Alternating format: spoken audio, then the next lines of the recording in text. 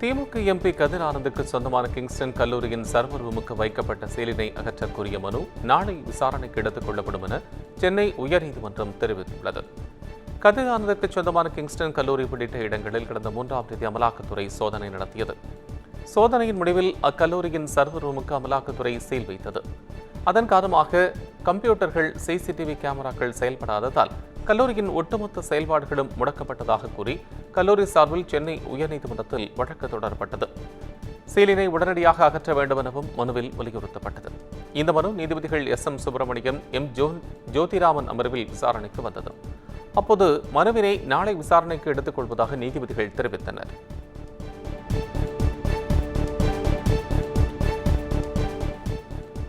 சென்னை அண்ணா நகரில் சிறுமி பாலியல் வன்கொடுமை செய்யப்பட்ட சம்பவத்தில் கைது செய்யப்பட்ட அதிமுக நிர்வாகி கட்சியின் அடிப்படை பொறுப்புகளிலிருந்து நீக்கப்பட்டுள்ளார்.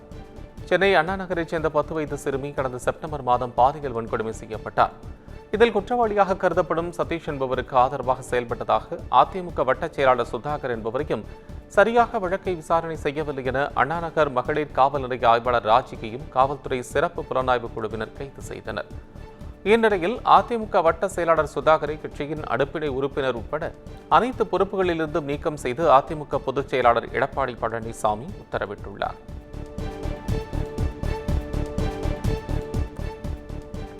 சிறை கைதிகள் தயாரித்த பொருட்கள் விற்பனையில் முறைகேடுக்கு முகாந்திரம் இருந்தால் துறை ரீதியான நடவடிக்கைகளை மேற்கொள்ள சென்னை உயர்நீதிமன்றம் உத்தரவிட்டுள்ளது. புழல் சிறையில் கைதியாக உள்ள தனது கணவர் செய்த வேலைக்கு 4 மாதங்களாக ஊதியம் வழங்கப்படவில்லை என கோகிலா என்பவர் வழக்கு தொடர்ந்தார். விசாரணையில் கைதிகள் தயாரித்த பொருட்களை விற்பனை செய்ததில் 14 கோடி ரூபாய் அளவுக்கு ஊழல் நடந்ததாக செய்தித்தாள் செய்திய மனுதாரர் தரப்பு தாக்கல் செய்தது. இவ்வழக்கு மீண்டும் விசாரணைக்கு வந்தபோது தவறு செய்தவர்களை சீர்திருத்த சிறைக்கு அனுப்புகிறோம், ஆனால் சிறைத்துறை அதிகாரிகளே தவறு இழைப்பது ஏற்றுக்கொள்ள முடியாது என்று கூறினார். தவறு செய்ததற்கான முகாந்திரம் இருந்தால் உயரதிகாரிகள் உட்பட அனைவர் மீதும் சஸ்பெண்ட் உள்ளிட்ட துறை ரீதியான நடவடிக்கைகள் எடுக்க நீதிபதிகள் உத்தரவிட்டனர். வழக்கின் விசாரணையை விரைவுபடுத்த லஞ்ச ஒழிப்புத்துறைக்கு உத்தரவிட்டு அறிக்கை தாக்கல் செய்ய ஏப்ரல் 4ஆம் தேதிக்கு வழக்கினை நீதிபதிகள் தள்ளி வைத்தனர். அண்ணா பல்கலைக்கழக மாணவி பாலியல் வன்கொடுமை வழக்கில் குற்றம் சாட்டப்பட்டுள்ள ஞானசேகரனின் சொத்து விவரங்களை சிறப்பு புலனாய்வு குழுவிடம் வருவாய்த்துறை அறிக்கை சமர்ப்பித்துள்ளது. அதன்படி சென்னை கோட்டூர்புரம் மண்டபம் தெருவில் உள்ள வீடு கோயில் நிலத்தில் உள்ளதால் ஞானசேகரனின் சொத்தாக கருத முடியாது என்று தகவல் வெளியாகியுள்ளது. வீட்டின் ஒரு பகுதி கோயில் நிலத்திலும் நுழைவு வாயில் மாநகராட்சி நிலத்திலும் இருப்பதாக கூறப்படுகிறது. வீடு கட்டப்பட்டுள்ள 620 சதுர அடியில் 470 சதுர அடி அறநிலையத்திற்கு சொந்தமானது எனவும் 150 சதுர அடி மாநகராட்சி நிலம் எனவும் வருவாய்த்துறையினர் ஆய்வில் கண்டறிந்துள்ளனர் என்றும் தகவல்கள் கூறுகின்றன. நில ஆக்கிரமிப்பு தொடர்பாக கோட்டூர் வெங்கடேச பெருமாள் கோயிலின் செயல் அலுவலர் உள்ளிட்டோர் ஞானசேகரன் மீது மயிலாப்பூரில் உள்ள அறநிலையத்துறை இணை ஆணையர் அலுவலகத்தில் புகார் அளித்துள்ளதாகவும் கூறப்படுகிறது. கள்ளக்குறிச்சி மாவட்டம் கல்வராயன் மலைப்பகுதியில் உள்ள அரசு பள்ளிகள் மற்றும் மருத்துவமனைகளின் காலி பணியிடங்களை விரைவாக நிரப்ப நடவடிக்கை எடுக்க வேண்டும் என தமிழக அரசுக்கு சென்னை உயர்நீதிமன்றம் உத்தரவிட்டுள்ளது. கள்ளக்குறிச்சி விஷச்சாராய மரண சம்பவத்தை தொடர்ந்து அங்குள்ள மக்களின் மேம்பாடு குறித்து சென்னை உயர்நீதிமன்றம் தாமாக முன்வந்து வழக்கை பதிவு செய்து விசாரித்து வருகிறது. இவ்வழக்கின் விசாரணையில் அங்குள்ள அரசு பள்ளிகள் மற்றும் மருத்துவமனைகளின் நிலை குறித்து கள்ளக்குறிச்சி மற்றும் சேலம் ஆட்சியர்களின் அறிக்கை சமர்ப்பிக்கப்பட்டது.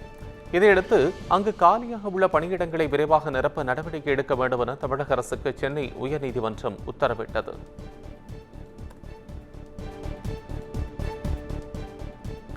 கள்ளக்குறிச்சி விஷச்சாராய சம்பவத்தில் அமைக்கப்பட்ட ஒரு நபர் ஆணையத்துக்கான கால அவகாசம் மீண்டும் நீட்டிக்கப்பட்டுள்ளது. கள்ளக்குறிச்சி கருணாபுரத்தில் விஷச்சாராயம் குடித்து 69 பேர் உயிரிழந்தனர். இச்சம்பவம் குறித்து விசாரணை நடத்த ஓய்வு பெற்ற நீதிபதி கோகுல்தாஸ் தலைமையில் ஒரு நபர் ஆணையம் அமைக்கப்பட்டது. இந்த ஆணையம் 3 மாதத்தில் விசாரணை அறிக்கை சமர்ப்பிக்கும் என தமிழக அரசு அறிவித்திருந்தது. ஆனால் ஆணையம் கூடுதல் அவகாசம் கோரியதால் 3 மாத காலம் அவகாசம் வழங்கப்பட்ட நிலையில் தற்போது 2வது முறையாக மேலும் 1 மாத காலம் அவகாசத்தை நீட்டித்து அரசு உத்தரவிட்டுள்ளது.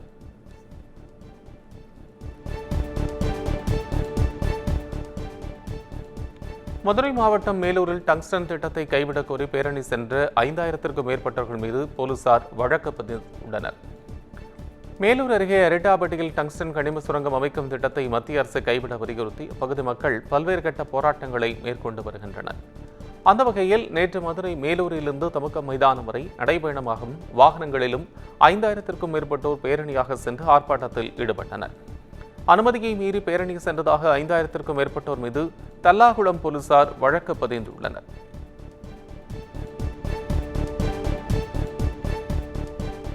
ஈரோட்டில் எதிர்க்கட்சித் தலைவர் எடப்பாடி பழனிசாமியின் உறவினர் ராமலிங்கம் என்பவரது வீட்டில் 2வது நாளாக வருமான வரித்துறையினர் சோதனை மேற்கொண்டனர். ஈரோட்டில் அதிமுக பொதுச் செயலாளர் எடப்பாடி பழனிசாமியின் நெருங்கிய உறவினர் ராமலிங்கம் என்பவருக்கு சொந்தமான என்ஆர் கன்ஸ்ட்ரக்ஷன்ஸ் என்ற கட்டுமான நிறுவனம் உள்ளது. இந்நிறுவனத்தில் முன்னதாக வருமான வரித்துறை அதிகாரிகள் திடீர் சோதனை மேற்கொண்டனர். மேலும் ராமலிங்கத்திற்கு சொந்தமான 20க்கும் மேற்பட்ட இடங்களில் சோதனை நடத்தப்பட்டது. அப்போது கணக்கில் வராத சொத்துக்கள், ரொக்கம் உள்ளிட்டவை குறித்தும் ஆய்வு மேற்கொள்ளப்பட்டதாகவும் கூறப்படுகிறது. இந்நிலையில் இன்றும் என்ஆர் கட்டுமான நிறுவனத்திற்கு சொந்தமான இடங்களில் வருமான வரித்துறை அதிகாரிகள் சோதனை நடத்தினர்.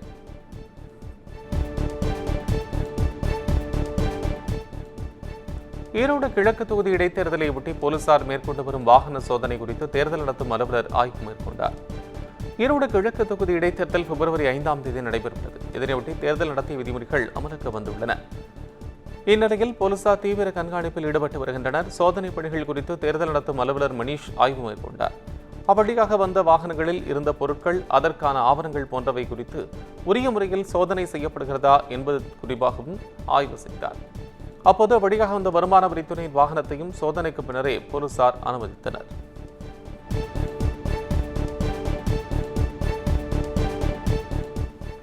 மதுரை மாநகர் முழுவதும் பாஜக மாநில தலைவர் அண்ணாமலைக்கு ஆதரவாக ஒட்டப்பட்டுள்ள போஸ்டர்களால் சலசலப்பு ஏற்பட்டுள்ளது. பாஜக தேசிய தலைமை சார்பில் 3 ஆண்டுகளுக்கு ஒருமுறை மாநிலங்களின் தலைவர்கள் நியமனம் செய்யப்படுவர். அந்த வகையில் தமிழக பாஜக தலைவராக அண்ணாமலை தேர்ந்தெடுக்கப்பட்டு 3 ஆண்டுகள் நிறைவடையப்பட்ட நிலையில் புதிய தலைவரை தேர்ந்தெடுக்கும் பணிகளில் பாஜக தேசிய தலைமை ஈடுபட்டுள்ளது. இந்நிலையில் தமிழக பாஜக தலைவராக மீண்டும் அண்ணாமலை தேர்வு செய்யப்பட்டிருப்பதாக மதுரை முழுவதும் போஸ்டர் ஒட்டப்பட்டுள்ளதால் சலசலப்பு ஏற்பட்டுள்ளது.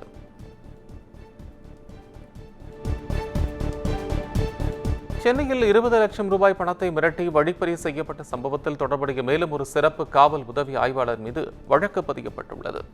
சென்னை ஓமந்தூரார் மருத்துவமனை அருகே முகமது கவுஸ் என்பவர் தனது இருசக்கர வாகனத்தில் சென்றுள்ளார். அப்போது அவரை வழிமறித்த வருமான வரித்துறை அதிகாரிகள் சிலர் அவரிடமிருந்து 20 லட்சம் ரூபாய் பணத்தை மிரட்டி வழிப்பறி செய்து சென்றுள்ளனர். இது தொடர்பான புகாரின் அடிப்படையில் வருமான வரித்துறை அதிகாரிகள் தாமோதரன், பிரதீப், பிரபு ஆகிய 3 பேர் மற்றும் திருவல்லிக்கேணி SSI ராஜா சிங் ஆகியோர் கைது செய்யப்பட்டனர். இந்நிலையில் இச்சம்பவத்திற்கு மூளையாக செயல்பட்டு தலைமறைவாகியுள்ள சைதாப்பேட்டை SSI சன்னிலாயிடு மீது வழக்கு பதிவு செய்து போலீசார் அவரை தீவிரமாக தேடி வருகின்றனர்.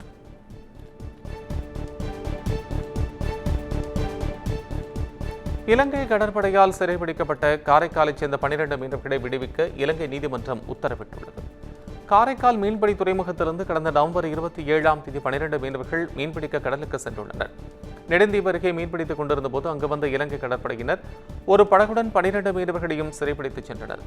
இதையடுத்து மீனவர்களுக்கு நீதிமன்ற காவல் விதிக்கப்பட்டிருந்த நிலையில் 12 மீனவர்களையும் விடுவித்து இலங்கை நீதிமன்றம் உத்தரவிட்டுள்ளது. விடுவிக்கப்பட்ட மீனவர்கள் ஓரிரு நாட்களில் தாயகம் திரும்புவார்கள் என்று எதிர்பார்க்கப்படுகிறது. இஸ்ரோவின் புதிய தலைவராக தேர்வு செய்யப்பட்டுள்ள வி நாராயணனுக்கு முதலமைச்சர் மு க ஸ்டாலின், துணை முதலமைச்சர் உதயநிதி உள்ளிட்டோர் வாழ்த்து தெரிவித்துள்ளனர். இஸ்ரோவின் தற்போதைய தலைவராக உள்ள சோம்நாத்தின் பதவிக்காலம் வரும் 14ஆம் தேதியுடன் நிறைவடைந்துள்ளது. இதன் காரணமாக இஸ்ரோவின் புதிய தலைவராக வி நாராயணன் தேர்வு செய்யப்பட்டுள்ளார். இந்நிலையில் தமிழ்நாட்டைச் சேர்ந்தவர் இஸ்ரோ தலைவராக தேர்வு செய்யப்பட்டுள்ளது மகிழ்ச்சி என்றும் முதலமைச்சர் மு க ஸ்டாலின் தெரிவித்துள்ளார். இதேபோல் தமிழ்நாட்டின் அரசு பள்ளியில் படித்து கடின உழைப்பாலும் திறமையாலும் இஸ்ரோ தலைவராக தேர்வு செய்யப்பட்டுள்ளார் என்றும் துணை முதலமைச்சர் புகழாரம் சூட்டியுள்ளார். மேலும் விண்வெளித்துறையில் பல சாதனைகளை படைக்க வேண்டும் என்றும் இஸ்ரோ முன்னாள் இயக்குநர் மயில்சாமி அண்ணாதுரையும் வாழ்த்து தெரிவித்துள்ளார்.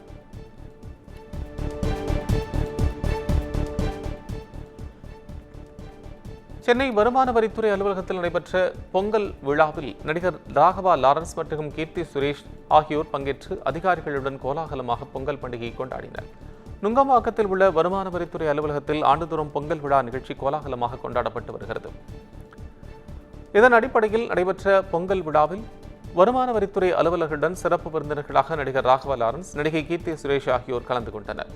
இந்நிகழ்ச்சியில் தமிழ் கலாச்சாரங்களை போற்றும் வகையில் கிராமிய இசை, கரகாட்டம், காவடியாட்டம் போன்றவை நடைபெற்றது. இதையடுத்து பங்காரா இசையில் நடன கலைஞர்களுடன் நடிகை கீர்த்தி சுரேஷ் இணைந்து நடனமாடி மகிழ்ந்தார்.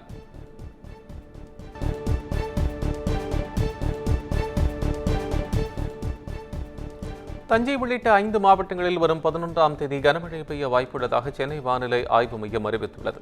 வானிலை ஆய்வு மையம் வெளியிட்டுள்ள அறிக்கையில் வட தமிழகம் மற்றும் அதனை ஒட்டிய பகுதிகளில் வளிமண்டல கீழடுக்கு சுழற்சி நிலவுவதாக கூறப்பட்டுள்ளது. தமிழ்நாட்டின் ஓரிரு இடங்களிலும் புதுவை மற்றும் காரைக்கால் பகுதிகளிலும் இன்று லேசானது முதல் மிதமான மழை பெய்யக்கூடும் என்றும் குறிப்பிடப்பட்டுள்ளது. நீலகிரி மலைப்பகுதிகளில் இரவு நேரங்களில் உறைபனிக்கு வாய்ப்புள்ளதாகவும் தஞ்சை, திருவாரூர், நாகை, மயிலாடுதுறை, புதுக்கோட்டை ஆகிய 5 மாவட்டங்களில் வரும் 11ஆம் தேதி கனமழை பெய்யக்கூடும் என்றும் கணிக்கப்பட்டுள்ளது.